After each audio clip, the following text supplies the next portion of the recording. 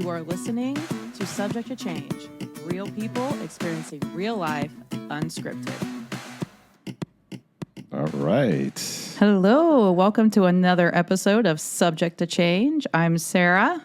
I'm Mallory. And I'm the monkey in the middle.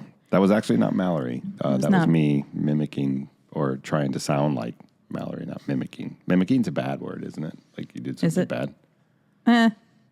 I don't know. Is whatever. it? I was trying to sound like her.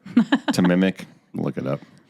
Mallory is under the weather. This happens this time of year with the holiday seasons and gathering around a bunch of people and, you know, getting diseases and whatnot and probably eating too much and drinking too much and all those kinds of things. So thanks for listening, though, and be sure to like, be sure to subscribe, be sure to tell a friend about our podcast because we hope to keep growing our listeners and keep getting other people, Mallory, right? Sarah, you mean? Oh, I was going to, I usually throw that to Mallory. Yeah. But Sarah. I hope she feels better. Actually, you can follow us on Spotify, Apple, Amazon, but also our YouTube channel is now active. We are working to get exciting. It's very exciting. Right now, we just have all the audio clips, but we're going to start video, trying to. But you can at least listen to us in one more place. So, yeah, it might take us how many episodes to figure out the sound out? Like 9? So, yeah, another 9 episodes to record we'll video. try not to do that to you guys for sure. All right. So if someone wants to be on a guest on the show, Sarah, what do they talk about? You're just, if you want to talk about a story that you want to share that's unique, promote your business, promote your cause. Even if you don't want to be a guest and want to share your story and remain anonymous, you can reach out to us, DM us on Instagram, Facebook. We're on TikTok too. Let's share your story and chat. But you forgot to mention, Dad, the most important part of the podcast. Oh, yeah. Who it's sponsored by? Yeah. Yes. Today's podcast, even though we do it a week later, is sponsored by yet another Browns loss. And the Bengals win. Who day? Yeah, hey, Bengals have a chance. We have a the chance. Giants won, so by the time you listen to this, I think we might know the fate of the Bengals next week. I hope Is so. that it? Yeah. All right. Yeah. So, 1 in a million, still a chance. there's still a chance. Oh, and another male voice in our midst. Who is this? Okay. This is my brother from another father. It doesn't rhyme, but we'll do it. Not from a different mother. Well, I mean, no, same mother. Same mother. Definitely same mother. That's for sure. I'm so stupid. Yeah, this is my brother from my stepdad, Scott. So this is Chris. Chris is joining us today. Very happy to be here. Welcome, Chris. We're really glad to have you. We'll be talking to you about some of the things you're doing and your thoughts on anything that we talk about anyway. So feel free to jump in. Cool. Yeah. Awesome. I usually start with something to complain about. It's really been a good week. I know we air these week after, and the holidays are supposed to be over. We could talk about a couple things with what happened on the holidays, certainly from a holiday, the time when that Jesus was born, Christmas, yeah. Even though we're a little bit before New Year's Day, but we did all our New Year's stuff on the last episode. We did last week. Mm-hmm. Yeah, if it comes to mind. But the biggest thing for me is, so I live in a condo building downtown, and I was on the HOA board for a while. In fact, I actually, when I first moved in after about a year, they were presenting us with some very significant assessments, and I felt like the board wasn't really being very smart with their decisions and their money. So I organized a coup, and we actually overthrew the board, which was really cool. Yes. I got at least two of my neighbors, one of my neighbors on board, and then started talking. It was literally like a political campaign. I had to go, talk to people, have beers with people. Oh my gosh. Overthrow the speaker. Get the board overthrown completely, and unfortunately, I'm not going to get into the whole thing, but it was a disaster. I mean, being on an HOA board, I think if anyone lives in a homeowners association nowadays, these could be neighborhoods that are homeowners associations, and largely, I would say it's like church that people that don't normally have any opportunity to be in power really love their power. And then people like to complain to those people that are in power. And it was very stressful for me because the two people that were on the board didn't do anything. So, and I'm also a kind of person that takes over. And if my name is on it, I'm going to put 100% into it. And that's a challenge when at the time, going through a divorce, going through relationship things and all this kind of stuff, like really threw me for a loop. And that's when I had my heart thing. And I was like, I'm done, guys. I can't do this anymore. So I quit. And then the board's been in turmoil sort of ever since, except then I felt like it's been not even quite a year, actually, since I quit the board. And one of the board members left that I didn't really like, and she actually moved out. And I kind of talked to the other board members that are on the board and said, okay, I'll join. But listen, I'm just going to do what you guys tell me to do. I'm not going to take ownership of anything. Just tell me, if you give me a project, I'll do it. But I'm not going to take notes. I was the secretary. I had to take notes. I was the board president at one point. Like, it's just a disaster. But HOA boards are really tricky. Any experience with those, Chris? Yeah. I've had a lot of experience, but being, I guess you could say, in the developer phase with HOA boards, and then coming in and having to do surveys or being in property line disputes, being in part where you have good intentions with HOA boards, and then you have people's free will that want to overpower the HOA. And then, everything needs to be feng shui in the neighborhood. But, Tom over there wants to have a pink roof with a red door. And it's like, come on. Yeah. No. And trim your 9-foot hedges while you're at it, please. Yeah. I mean, they just like what you said, there's also, there's great churches and there's, not so great churches. There are great HOAs, but then there are also not so great HOAs. Yes, so Chris is brutal. His background is mainly surveying for a lot of his life. So he's dealt with a lot of developers and HOAs. So oh yes, yeah, a lot of dealing. You said pink roofs, and I was trying to look up Pink Houses by John Cougar. Pink Houses. I don't play this song. It wasn't fast enough. I wasn't fast enough. This is where we need a team. We need to be successful. No, so we need a music team. Where's our volunteers? Somebody that's like, we can't pay you, but if you would love to volunteer to help us out, like we need that like Glenn Beck when he's just like, Sarah. But one of the things with HOA, I get it. So I don't know if I get it so much in neighborhoods, but certainly in a building. And everybody loves their home. I understand that. But if you're in a building and even in your home, you want to do what you want to do. It's sort of like Russia. Like you can't do what you want to do, right? You have to get approval from somebody to do something. Of course, I'm the kind of person that just asks forgiveness. Do it and then ask forgiveness. Because what are they honestly going to do? It's just I know it's your house, right? I mean, what are they going to what can they do? Yeah. They can't revoke your mortgage, right? No. No. There are some recourses they can do. They have to be fines. real assholes about it. But they can impose fines. Yeah. And in certain subdivisions, if you agree to it, they can impose so many fines that they can it's almost like a lien. Yeah, like a property. Well, and they lien. can actually put a lien on your property. Oh, that is ridiculous. Exactly. So if you go to try to move out and you're like, screw you guys, I'm moving out. And it's like, well, we're going to pay us our fees first because we're going to lien on your property now. Yep. And that would be called a Karen. And that's like, well, Tom, you should have changed the color of your roof. Pink is not allowed in this neighborhood. As we're all trying to become equal in one in this world. And that's where we draw the line.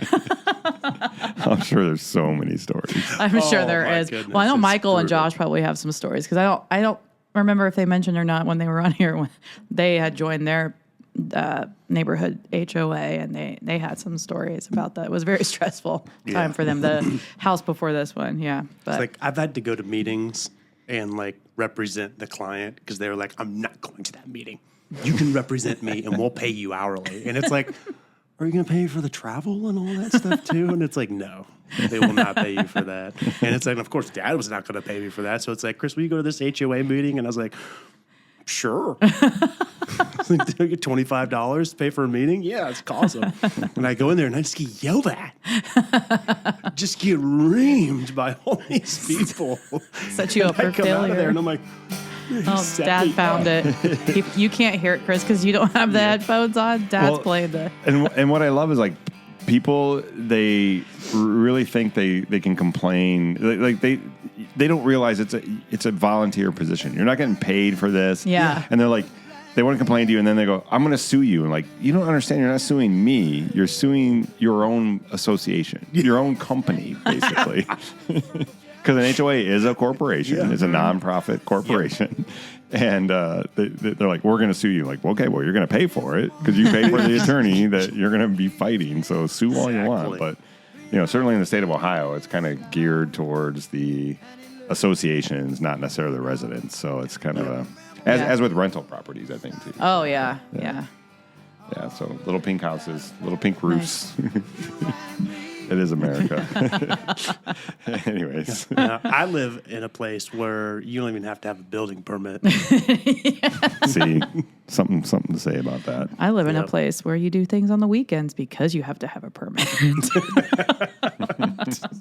Again, ask forgiveness. Yep. Like your pallet fence. But I like that. I don't need a permit recycling. for a pallet fence because it is not a permanent piece of. Yeah, you could take it out. Yeah, I could take it out, just like the wind did last night. Quote unquote Yeah. temporary. really? Yeah. The wind did last night, and I'm actually really thankful Murray did not run away this morning. He was out twice. I didn't even notice it till lunchtime, and I saw it was Murray's your chicken. Murray's not my chicken. He's my dog, my puppy.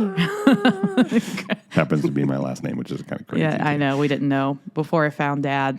That's crazy. Mary. Gosh, I'm sounding like Mom. Sammy named him. I was like, "Where'd you get that from?" She's like, "I don't know. I just like the name Murray." And then a few months later, That is so odd. That is I know. crazy. isn't it weird? It's so funny. So I just say he's the family dog. Definitely. Yeah. Definitely. Yeah. So yeah, that was my complaint. HOA boards. There's nothing really else except nothing really else that comes to my mind. Okay. Yeah. I know a week full of maybe happiness in the holidays. Then I don't really have much to complain. fun I mean, times. there's the Yeah. parties and whatnot. We actually had a really big, definite modern family get together It was at great. the Murray household or the ex-Murray household, whatever you want to call it now, the X's. The X's and O's. Yeah, it was really great though. It was all my ex-wife's family, along with obviously our children. Sarah was there, and which is my child, not me and Susan's child. And then my girlfriend Geeta was there, and it was definitely a modern family, It was really fun. and I still had a enjoyed lot it. of fun. Yeah. I'm not sure about the scavenger hunt game though.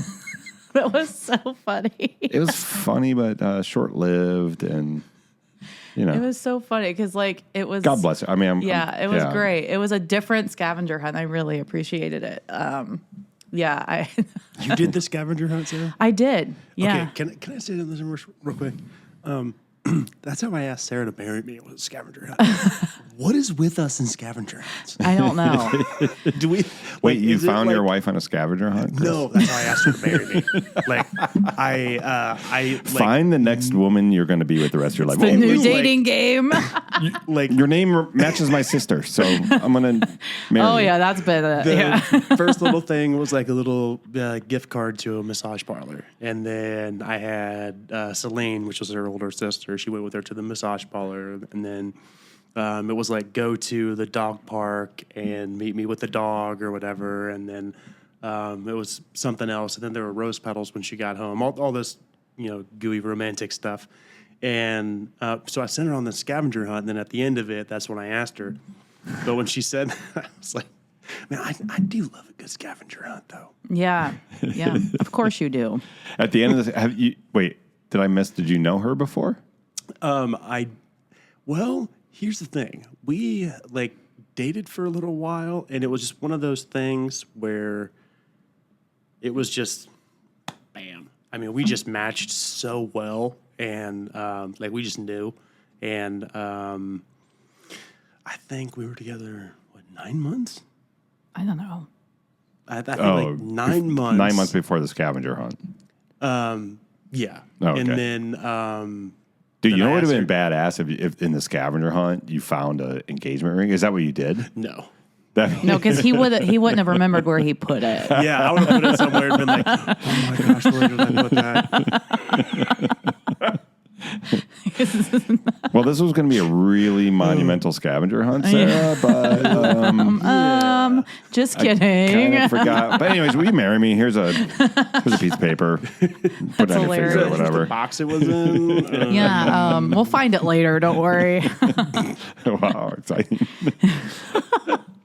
We molded right into, getting to know Chris a little bit, which we're going Yeah. to talk about some stuff also. Anything else? What else should we know about Chris before we get into what Chris wants to talk about? Well, we do have my segment coming up too. We've that's skipped right. over That's right. last week. I know. The outline is behind me. That's why. And if you're watching, fine. you see it's behind me. Yeah, I we'll get to don't know look Chris in a second. at it. Even though we started. Thanks, Chris. Oh my gosh. Anyway, so this next segment is our mental health segment. So pretty much one of the main reasons we started doing this. So I just wanted to share a little something that I found. And I think resembles, I think a lot of people are afraid to show emotion and cry, even if it's by themselves. And I would read what I found, but my phone is currently recording. So I'm going to try my best to remember what I read. I'm pretty much in a, don't make fun of me, Chris. In a nutshell, so I was reading I do some devotions sometimes, and it was talking about how to deal with your pain. And one of the things I had talked about was crying and grieving what you've lost is, I've never looked at crying this way, but it is dealing with, or it's shedding an old layer of skin to make way for the new layer of skin. And so it really helped me see okay, that I'm really crying is really grieving what has happened. So I think, reading that, and I wanted to encourage people that, it's okay to cry because it's okay to grieve what you've lost. Because even if it doesn't have to be anything major, just something that you've lost that meant something to you, to really let that go and start to move on. It's okay to cry. It's okay to feel that emotion. I think it's important in someone's mental health journey to do that, because if you let it fester and let it fester and let it fester, it's going to affect you physically. It's going to keep affecting you mentally. So yeah, because I had experienced a really good cry lately where I hysterical, ugly, I can't breathe, hysterical, Those could be the best though. It was very, because after that I was like, man, I feel good. And now I just for some reason I'm allowing, because I'm really good at not feeling things, and I just shove them down and just keep myself occupied mom's side. Yeah. Yeah. Just keeping it stored down there. Wait, that that could be World my War side III too. behind So me? maybe- Yeah, it could be. Yeah, it could be dad's side too. Look away. Look away. That's not happening. And yeah, so I just stay busy, but now I'm finding that when I'm starting to recognize that it's okay to do that, now I'm starting to cry, and just randomly, but it's fine. I don't have to have a bad day to cry. I can just cry because that's me feeling what I've had a lot of trauma to cry about that I haven't cried about. So Yeah, so I think, and it comes definitely, I don't like to cry in front of people. In fact, as a father, that's the last thing I wanted to do was cry in front of my children. I just never did. And I think I buried even crying for such a long time. But now I'm so into music, as you know, and a whole gamut of music. And I might listen to some music, smoke a little weed, and really then I just start breaking down some. It's not all the time, but man, it does feel good when you do it. You're just does. Wow. Yeah. Wow. And I think, that's what's missing a lot in like a lot of adolescent youth. Like you had a lot of masculinity that got robbed away. And then you had a lot of identity crises get involved. And then now you have a lot of people coming back with masculinity and, trying to be that big tough guy. And it's like, just stuff your emotions down. Don't worry about them. Don't do anything about them. And just be a man, you big whine. Right. It's just, right. and when reality is, you're more of a man if you confront what's going on with you and be real with yourself and actually work on yourself. And because that just doesn't benefit you, it also benefits everybody else. Right. And that's one thing I've had to learn the hard way. Like I've been that like Jersey Shore guy, just like, yo, let's go. Tim Laundry. Yeah. And now I'm, a dad with 2 daughters. So it's like, and I'm a senior in high school, and it's like, just these flow of emotions, and you just got to let them know that, when they see dad cry, it's like, dad's just going through stuff, and it's okay to go through that. It's okay to express emotion, to work through it, and to be a better person afterwards. What you don't want to do is cry and then wallow in self-pity. And there's a difference. There's definitely a You difference. can drown yourself in tears. That's interesting. So I'm going to ask a question. So, and this is, you're married with 2 kids.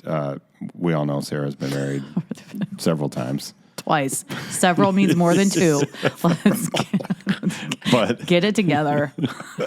Again. But if you're on so from a man's perspective, even from a woman's perspective, you're on a date. Like there are certain times do not cry, right? Like if you're on a date, even first, second, third, like I don't know, you're going to save that cry for a long time. So better not talk about anything emotional. When You better not shove it in a notebook. Man or woman, I would say. I have probably made that mistake of like. Date 1. What are you going to have for an appetizer? Oh my God, the muscles remind me of my ex-husband. I do not. No, I haven't. Well, I haven't done that. I haven't. Oh my God. Did you smell that? It smelled like my ex-husband. So maybe there are appropriate times to cry. I haven't cried on dates. No. And that segues into, again, it's more of so from that perspective, it's a social norm, so to speak. And it's the same thing I feel with a father, to your point. Like I never wanted to show that weakness. And like you said, we were always taught that, well, that's a weakness. And certainly boys on the playground, and maybe girls as well. But I only knew the boys because when we're in elementary school, we didn't care about girls. So. But yeah, you start crying and they're like, oh, you big baby. They're calling you XYZ, this thing, that thing. Yeah. It's crazy. But crying, I think, is really healthy. But there's certainly times to do it and to not do it. So Yeah. To be a dad and to have, a 10-year-old turning 11 who's going on like 21. And then an 18-year-old who thinks she's already 21 and is going to be thinks she's going to be buying her first car and house as soon as she turns, gets to her freshman year, just so far ahead of herself. But it's you don't like want to, but at the same time, that those moments are going to come in their life, where they're going to have struggles. Yeah. We're all human. Yeah. We're going to have moments where we're going to sit there and we're going to question our humanity. We're going to question our core morality, our core everything of who we are. And you are going to be balling when you're doing that. Yeah. And, you know, is that it's going to drive you in a deep depression, or is it going to motivate you and relieve that burden and allow you to grow?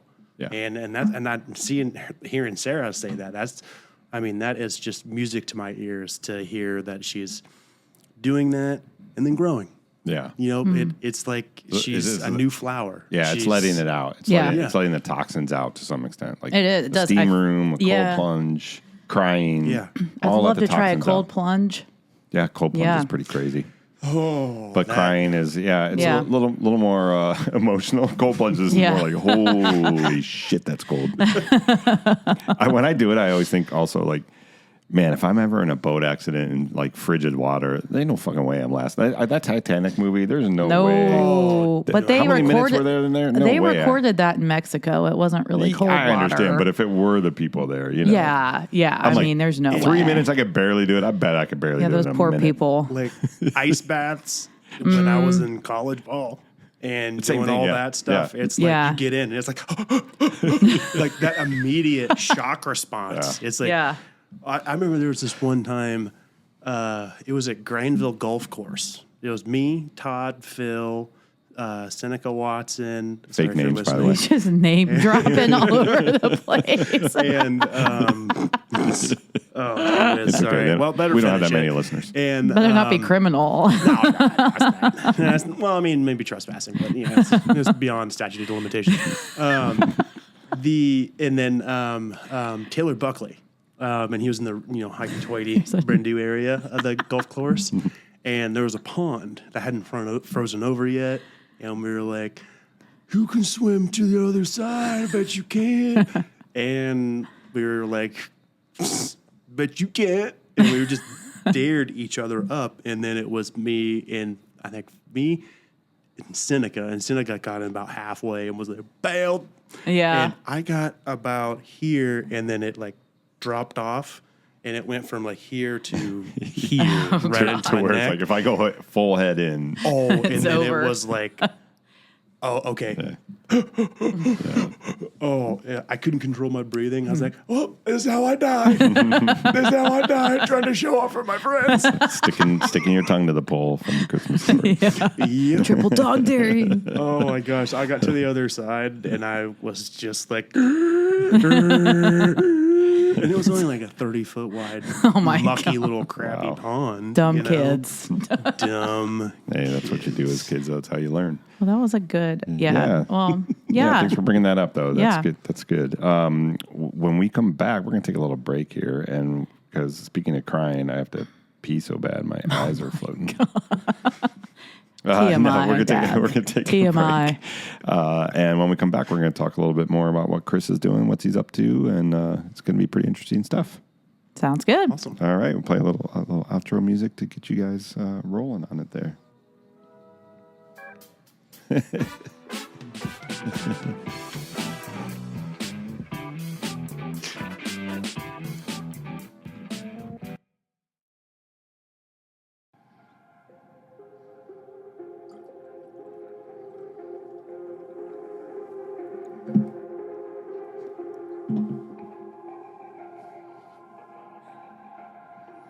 Welcome back from our break. We are here for the second part of the episode where we are going to get ready to talk to Chris about what he has to offer, why he's here.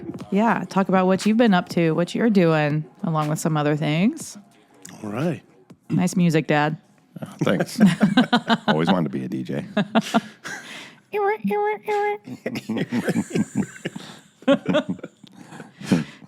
Yeah. So we're doing a couple different things.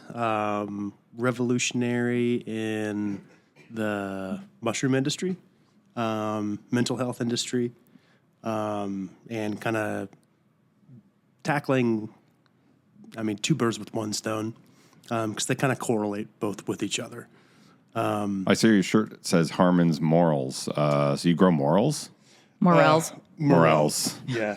Sorry, Yeah, not a. the We all budget have only morals. had enough money for a Wait, very we grow small print. morals. If we could only yes, grow we grow morals. Oh, gosh. We could I only actually grow made 'em. those shirts. Wow, I'm an Credit idiot. to Sarah. Yep. At Wonderbug Boutique. Yep. DBA Sarah. Yep. Armin. Yeah. Anyway, sidetracked it. But yeah, do you grow morels? Yeah. So I developed a way to harness the symbiotic relationship and the responses that the morel mushroom mycelium have with its living host and produce them year round. Usually they're only able to be produced in a very short amount of time. And that's due to their host producing a certain hormone and a certain sugar that's relative to like a baby's brown fat when they're born. It can be sourced into different cells, a stem cell, a different kind of cell that can be put into action. In nature, this sugar response is something that happens as soon as spring comes, and the tree starts to release a little bit of it, and then the mushroom that it's attached to it via the root system and the host kind of taps into it like, I hate to say like Avatar, but in a way, this mushroom can visually mycelium describe it, is, it knows what this tree is doing via the response, the chemical signature that this tree is producing. So it's almost like a fingerprint. So when this tree gets a certain level of that hormone and it gets to its maximum, that's when the mycelium and the tree together say, okay, it's the perfect time for the mushrooms to fruit.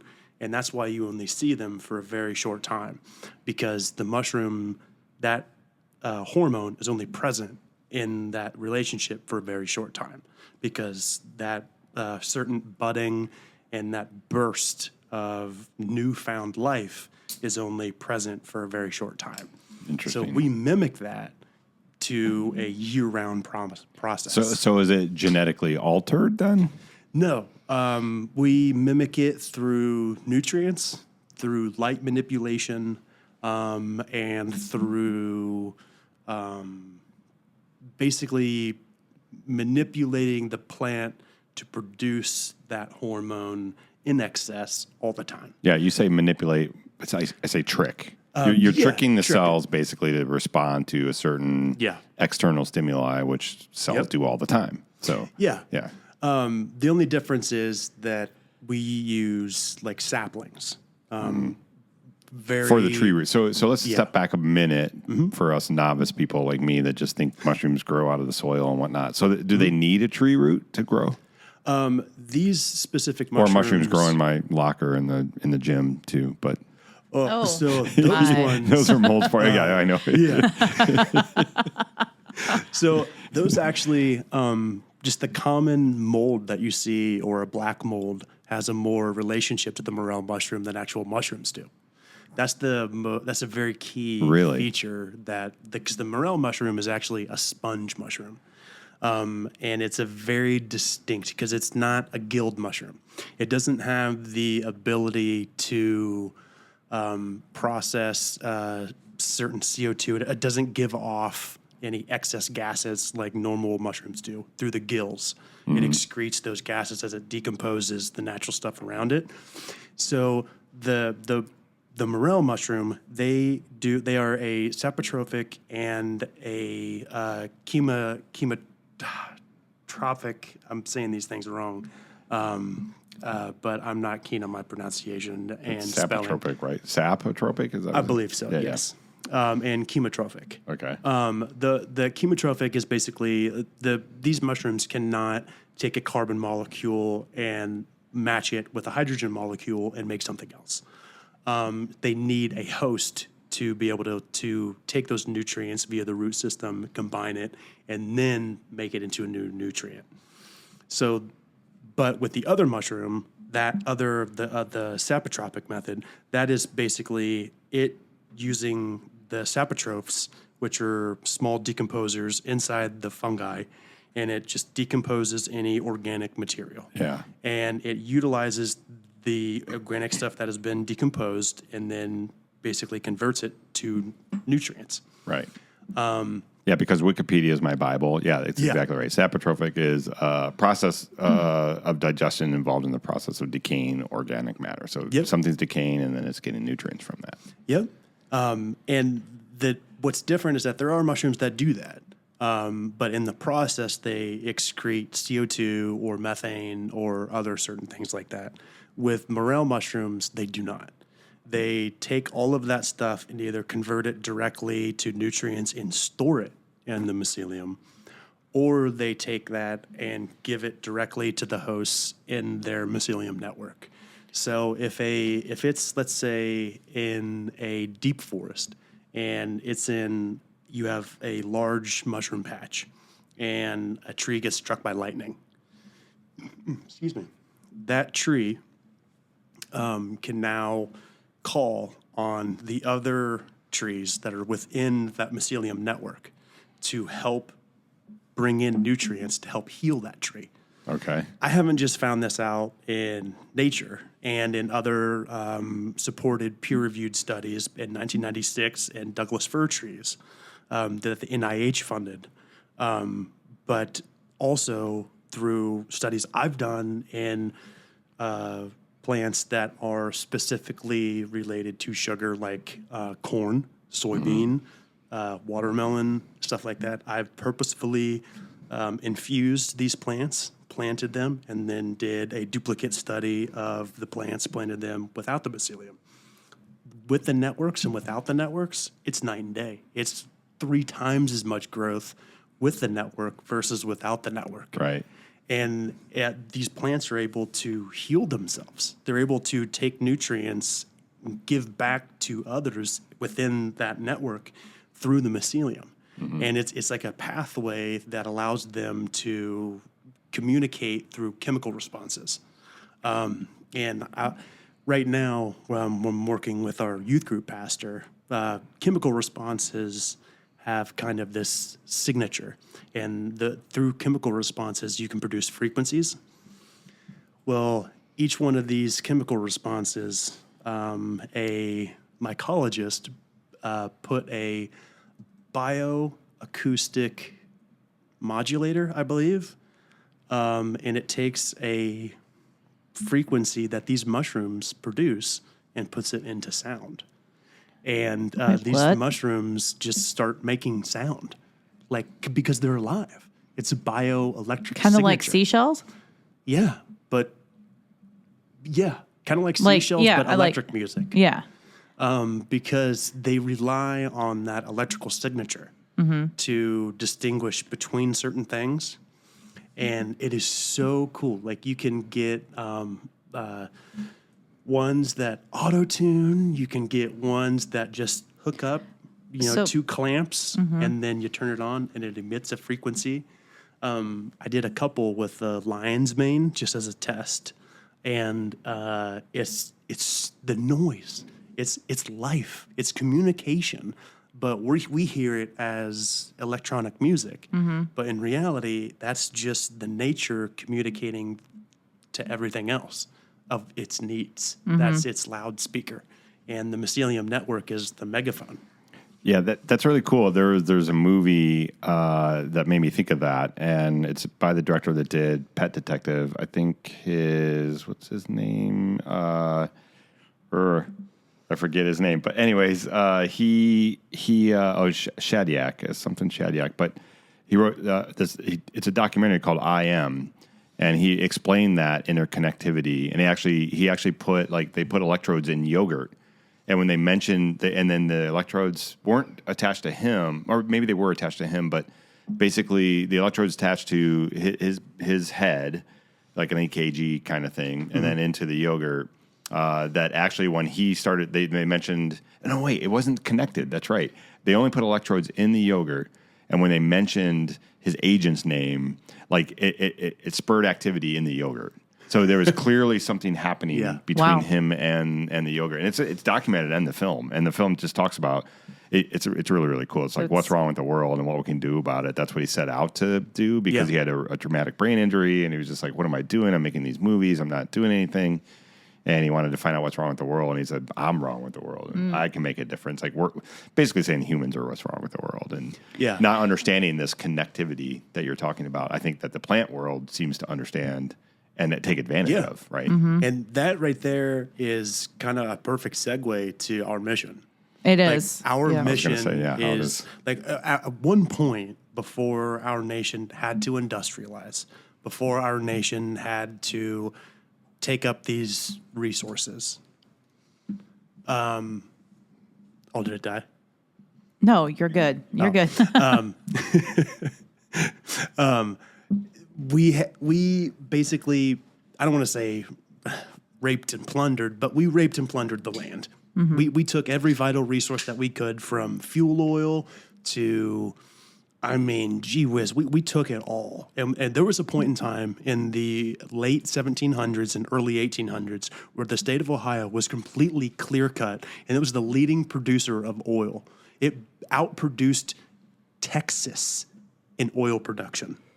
And that's been documented in the shale oil production. They cut down one of the largest trees, rivaling the sequoia, were the giant cottonwood trees, 120 to 200 feet tall, 36 minimum feet or the inches around, up to 6 feet in diameter. We're talking huge, huge trees that they cut down to make these large scale platforms for the oil wells. Because steel wasn't relatively cheap, and you had all these workers, and they could use wood to do whatever. When you cut down that network and you destroy everything, that is what basically, unfortunately, it robs everything. It takes all of the nutrients. I'm and playing. She's everything. laughing because I'm playing the Beverly Hillbillies yeah, theme song. yeah. Because we're talking about oil. Yeah, it's oil. Oil. I mean, We it need to have just- our guests have headphones so they can hear. I know. Because you have no distracting idea Chris. what's going Sorry. on. Is it squirrel? squirrel. But that's part of the mission, though, is to is to put back what we took. what we took. Yeah. Because at that point in time, we didn't know. We didn't know that we were destroying what we needed to fight the climate change. Yeah. That these radical people are thinking that's going to destroy the planet. Okay, the deforestation. A little thing about deforestation, a perfect example of this. In California, the biggest leading cause of these forest fires is the dead, decaying wood that's on the forest floor. It's not necessarily mismanagement of the forests. It's you don't have the proper ecology there to manage what's there. If you had the proper mushrooms, if you had the proper biodiversity in that environment, it would be moist. It would be not flammable. Can't stand that word. It would be Cakes are hydrated. It just, it wouldn't be like. So you need all catch that one for a spark. very healthy You do. forest. And, yeah. and everything, because all those nutrients degrade and go right back to the forest. And if you are missing one link in the chain, that chain falls apart. And that's what we're seeing. And in the United States right now, with the forest fires and with our level of timbering in the United States, there's 2.2 billion trees in the United States that get timbered every year. There's 10.8 billion trees every year, encompassing that total, that get cut down every year, that are also lost to forest fires. Our production of trees in the United States is only 1.7 to 1.9 trillion trees, billion trees every year to encompass that. So we're running an 8 billion tree deficit every single year, and most of the trees are imported from Canada, and they're pine trees How do you even remember those numbers? because it's astonishingly terrifying. He's Rain Man. No, it is terrifying, right? And Because, I, like, you know, and you think participate. about that, like all these forest fires, and like you see Ohio and Columbus get engulfed in smoke Yeah. from these forest fires in Canada, and That and was it's like, crazy. That I Yeah, couldn't like and the air quality alerts we had. that stuff is happening. That was It's crazy. I mean, yeah, you need some. mismanagement You of need some. ecology. Yeah, you need some forest fires, but yeah. So let's bring that back to that connection, and that's what you're trying to do here. Yeah. With your Harmon's more, is it with the Morel Farm, or is it just Yeah. a combination of that and then the project that you guys want to do? Let's bring that. So, what project? We tackle it. well, you said a mental health, like bringing. Oh yes, the mental health project. Yes. We tackle it because the best way to sustain anything is diversification. You know, you want to have a healthy 401k, diversify it. Well, the same kind of concept here. We're diversifying in scientific research with farm fields and agriculture. We have a biofiltration system that we install infusing our morels. We have all kinds of different things to help support our outreach program. But our biggest thing right now is that I'm really excited about is our trails and like the mental health outreach of it. And Because the trails right now, if you were to go in Ohio right now and you were to walk on a trail and you were to see a mushroom off the trail, it's illegal to pick that mushroom off that trail. In a state park. In a state park. Okay. It's trespassing. And if you take that mushroom and then you get caught by a wildlife officer or a park ranger or somebody else, you can get fined up to $750 for one and mushroom. for trespassing, and if they want to be a jerk, they can get destruction of government property and all kinds of other stupid crap. Well, but it's important. So it's the same thing as fishing, right? Like It is. You can't fish without a fishing license, and if you do, you get fined. So So they do that to deter, Joe Bunk and Hibby from going out there and be like, yeah, Joe let's Bunk go and out there and Yeah.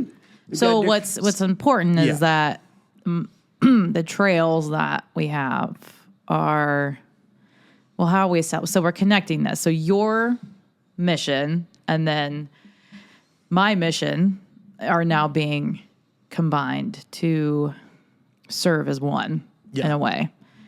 So we, mushroom trail of well, psilocybin tripping. well, we have no. We have, I'm kidding. so the trails maybe are not. going to be, he'll have, these mushroom products that are growing, and it's your thing. But the property that we have, we actually Sammy has volunteered to be the exterior designer of these trails because they're also going to be the mental health trails. So our goal is to offer programming out in nature, not just educating about mushrooms, but hiking, retreats, kayaking, gardening, education on herbal teas, support groups, stuff like that, to have a unique experience for people to come out free of charge, regardless of insurance, regardless of condition, just mental health, and be able to have a safe space that makes you feel better because it's scientifically proven that nature enhances mental well-being. So together, he's implementing his mission, but I'm also able to do something I've always dreamed of, is actually being able to help people without the involvement of, God forbid, Medicaid and all of that. And so essentially, it's just this one big mission you look at a little mushroom that you're growing, but it's contributing to so many different things. So that is... And I suspect you brought up you can't pick a mushroom in a state park thing because it's trespassing, whatever. Dr. Kiran Kara, Kyra, a beloved naturopathic physician who, will post stuff about getting your hands in the dirt is just something that's just so good for your mental I love health. getting... I don't even wear gloves when I garden. I Connected get in there. To Chris's point, you're connected to that nature. You're getting those wavelengths that whatever that communication is going on with all of those plants into you as a human, I think is phenomenal. It's like walking barefoot there too. Like, It is. It should be barefoot on those Walking trails, right? barefoot. Well, we can offer that. Whatever you want to do, whatever's... I walk barefoot outside all the time. Like it's there's grounding. There's nothing more rewarding than like seeing something that you did just grow. And I do this all the time. Oh, hey, I surveyed that property. Oh, hey, I did something gosh, over there. yeah. Look at hey, that one over there. Oh, I remember that project down there. That was a pain. I'll tell you a story about that. But, through our mission with these trails, we work, like right now, we're working with Dillon State Park and working with a couple of trails up in there. And we're going to be implementing in 2025 a couple new trails and a couple additions. And we'll be putting medicinal mushrooms, not magic mushrooms, but medicinal like lion's mane, Right. reishi, cordyceps, things that you can harvest naturally, things that are good for you and that make a better balance for your health, and also plants that are able to have a symbiotic relationship with the morel mushrooms and also medicinal plants. Like mullein is an example. Mullein is a great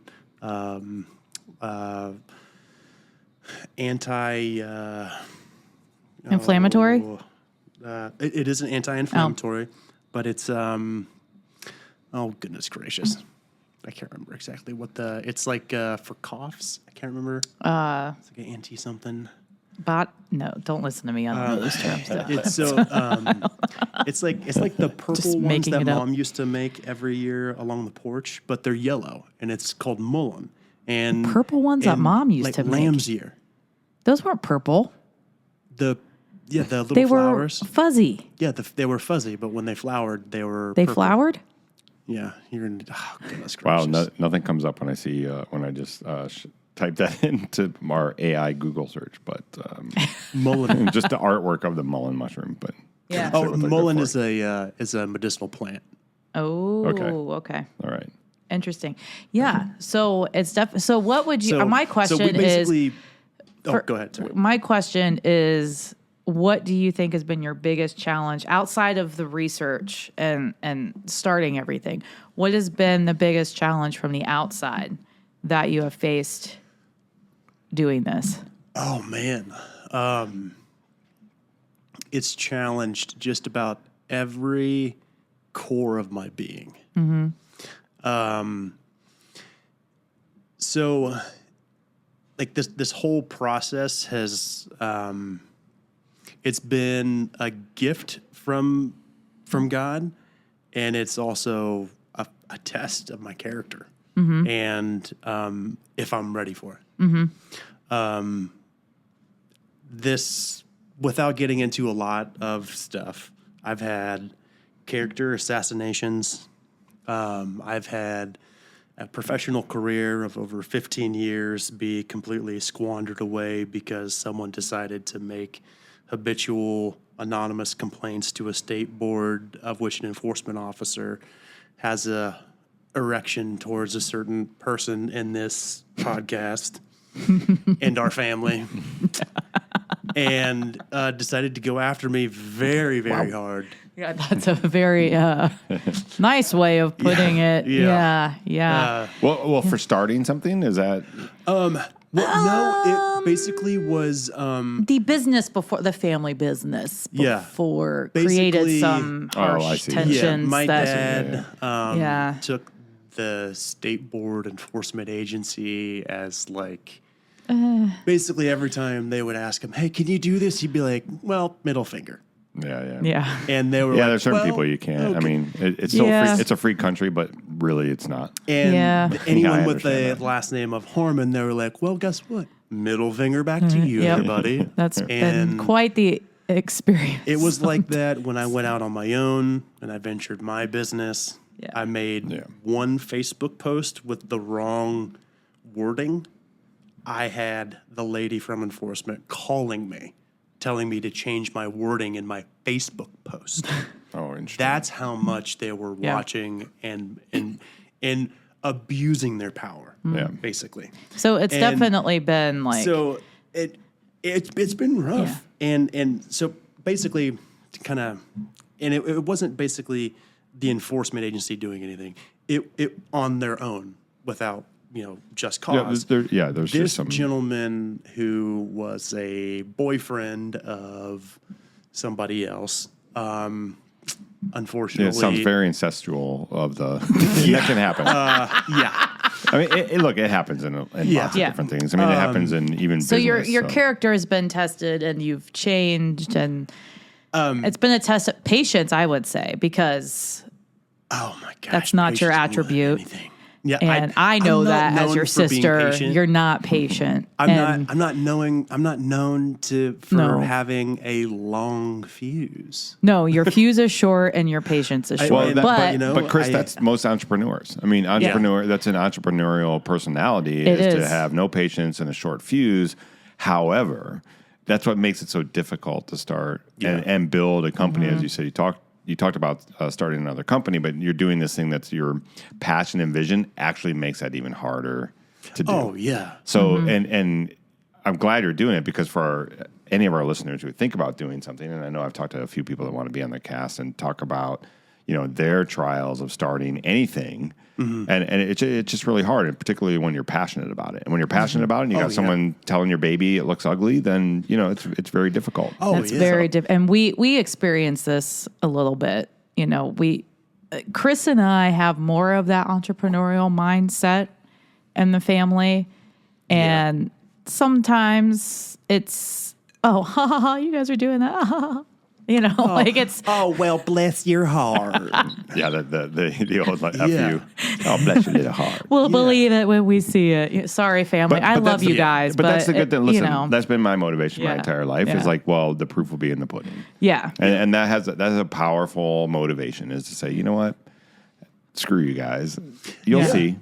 And if you don't, you don't. You just have to know how Or to. they just don't get it. And that's okay Yeah. too. Like, Yeah, that's okay. Yeah. You got to be able. The biggest struggle for me has been like it was a lifetime of work, a lifetime of knowledge and everything, and I didn't get to say, I hang my keys up. Yeah. That's the biggest problem that I've had to check myself and calm myself, is because it wasn't that I did a bad job. It wasn't that, the company I worked for or whatever, it was just a certain circumstance with my health, with my heart. Yeah. And certain things happened. Yeah. And with the complaints, too much overhead costs, couldn't deal with it. Yeah. And we just had an amicable split. But so the subject to change is that you have to, and you're doing it, is find the strength to keep going on something that you're passionate about and do. You have to be able to change, because Yeah. you do have those roadblocks. Sometimes they're massive walls. Yeah. And sometimes you got to find a way to go around them. I mean, that's really what it boils down to. And, Yeah. and that's awesome that you're doing it now. And your shirt looks awesome, by the way. That's so cool. Thanks. It's so professional. Thanks, Like, I want of course. to just buy a bunch of morals from somebody. Morals. He's going to buy some morals. Like, and also, And then resell them. known that no attack from this whole thing for character assassination or anything has affected. My mother-in-law has seen the spark that's in me, Yeah. and has said, "Go, Chris, go." Yeah, that's awesome. And- You just need, sometimes you just need one person. And my wife, bless her heart, she doesn't understand exactly all of it, because there's so many different avenues to everything, and all she sees sometimes is just how much time and money I'm spending on all this stuff. Right. Because she's an amazing budgeter. She learned that from her dad, and she helps me make nothing out of something, and helps me do so many different things. But then there's some things where it's like, oh man, my goodness gracious, where it's like you just feel like, man, am I getting attacked from my fellow troops right now? Yeah, no, what is going on? Chris, And- that's normal stuff. Yeah. Like, It it's is. normal Yeah. stuff And that it's just- happens. But to be able to move past certain things and hit certain milestones is relieving. Yeah. And it really is. Like just recently, we had a submittal to the H2O Ohio for our research for grant stuff. And people don't realize how important morel mushrooms are to the environment. Has anyone ever wondered why they're not around, but every other mushroom is. No, I think they just That's think it's magical or something like Yeah. that makes them so great. Like, You know, Yeah. it's like it's kind of like the hidden bars, you know, the so-called speakeasies. They're like someone just goes, they can really grow them if they really want to, but they don't. That makes them more popular and more expensive. yeah. So there's probably the man behind it somewhere, right? But no, what is the answer? Do you know the answer to that? Then? I honestly think it is. I think it's twofold. I think that there is a benefit because of the delicacy, because they are delicious, and because there is a market for them. But also, there's a greediness behind it because we're human. Yeah. We want people to pay $50 to $75 a pound Yeah. for it. Exactly. Exactly. I don't want people to pay that. Yeah. I want people to come down in March, May, April. Come down, pick them for yourself. Yeah. I That's thought you meant like march, like soldiers. Like we're gonna march down. March down the street. let's go. Well, man, this All has right. been really, been really great. fascinating, and I think we need to talk more about that sometime. Yeah. So, Thank you for coming on, Chris, and being Thank you, vulnerable. guys. Yeah, it was a pleasure. Thank Yes. you. Guys. I love it, Chris. So until next time, Yeah. what do you want to do? I'm Sarah. I'm Mallory, and I'm the monkey in the middle. And everything is Is fine. To have a heaping helping of their hospitality. Hillbilly, that is. Set a spell. Take your shoes off.